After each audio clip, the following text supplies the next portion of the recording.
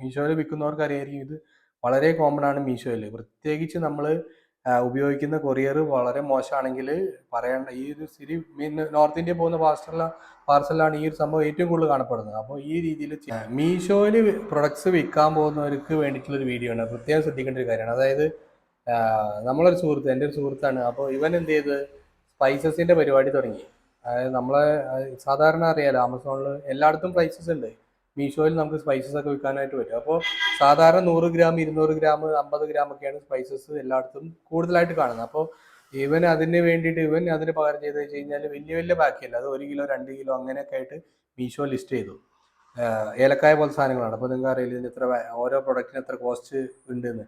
അപ്പോൾ സംഭവിച്ചതെന്ന് വെച്ച് കഴിഞ്ഞാൽ ഈ നന്നായിട്ട് ഇവന് ഓർഡർ കിട്ടാൻ തുടങ്ങി. അതായത് നല്ല രീതിയിൽ ഓർഡർ ഇട്ട് പെട്ടെന്ന് തന്നെ സാധനം ക്ലിക്കായി നല്ല രീതിയിൽ ഓർഡർ വരാൻ തുടങ്ങി. പക്ഷേ ഈ സംഭവിച്ചതെന്ന് വെച്ചാൽ ഈ പോകുന്ന അത് നമുക്ക് ഈ മീഷോയിൽ റിട്ടേൺസ് വളരെ കൂടുതലായിരിക്കും.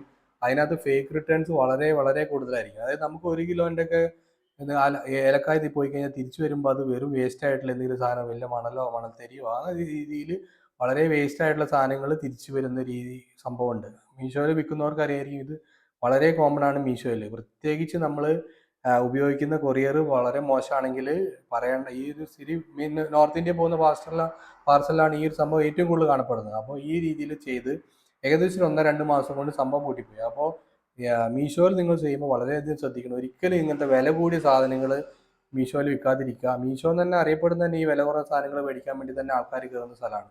അപ്പോൾ അവിടെ കൊണ്ടുപോയിട്ട് ഇത്രയും വാല്യൂ ഉള്ള സാധനങ്ങളൊന്നും ലിസ്റ്റ് ചെയ്യാതിരിക്കുക എന്നാണ് നമ്മളൊരു അഭിപ്രായം.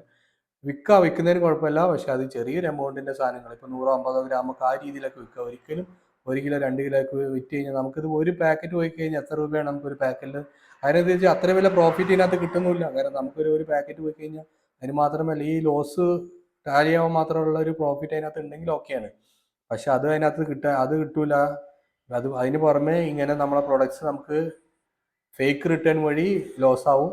ഇത് നമ്മൾ ഫ്ലിപ്കാർട്ടിൽ കംപ്ലൈൻറ്റ് ചെയ്ത് ക്ലെയിമിന് കൊടുത്താൽ തന്നെ 10 കൊടുത്താൽ ഒരെണ്ണം നമുക്ക് ക്ലെയിം കിട്ടും, അത് കിട്ടൂല. അപ്പോൾ മെയിനായിട്ട് ശ്രദ്ധിക്കുക, മീഷോയിൽ സെയിൽ ചെയ്യുമ്പോൾ ഒരിക്കലും വില കൂടിയ സാധനങ്ങൾ സെയിൽ ചെയ്യരുത്. കയ്യിൽ നിന്ന് നല്ല പൈസവും പെട്ടെന്ന് പരിപാടി നിർത്തേണ്ടിയും വരും.